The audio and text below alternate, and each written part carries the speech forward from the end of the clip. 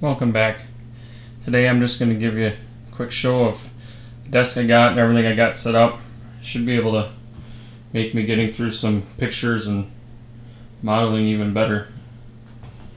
It's nice because now I have room underneath for all my camera gear.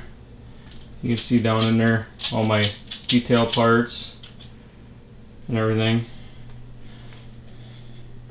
Then there's a picture what just came through town, working on that. Calendar. Thank you, Frank. Looks good right there. Got some maps and nice. Some of the stuff I'm working on I can put up here. Thanks, Ben, for the trestle. I've got some more stuff here.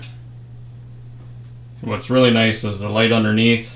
I can have the magnifier there, and everything can be pretty organized. Then I've got, it's nice because all my soldering stuff now is in one place. Then some other stuff that always is cluttered, and kind of nice to have it out of the way. Plus I can keep all my out of my camera stuff and GoPro stuff in here. It's pretty empty. I just went after a train, so I guess I'll start working on that and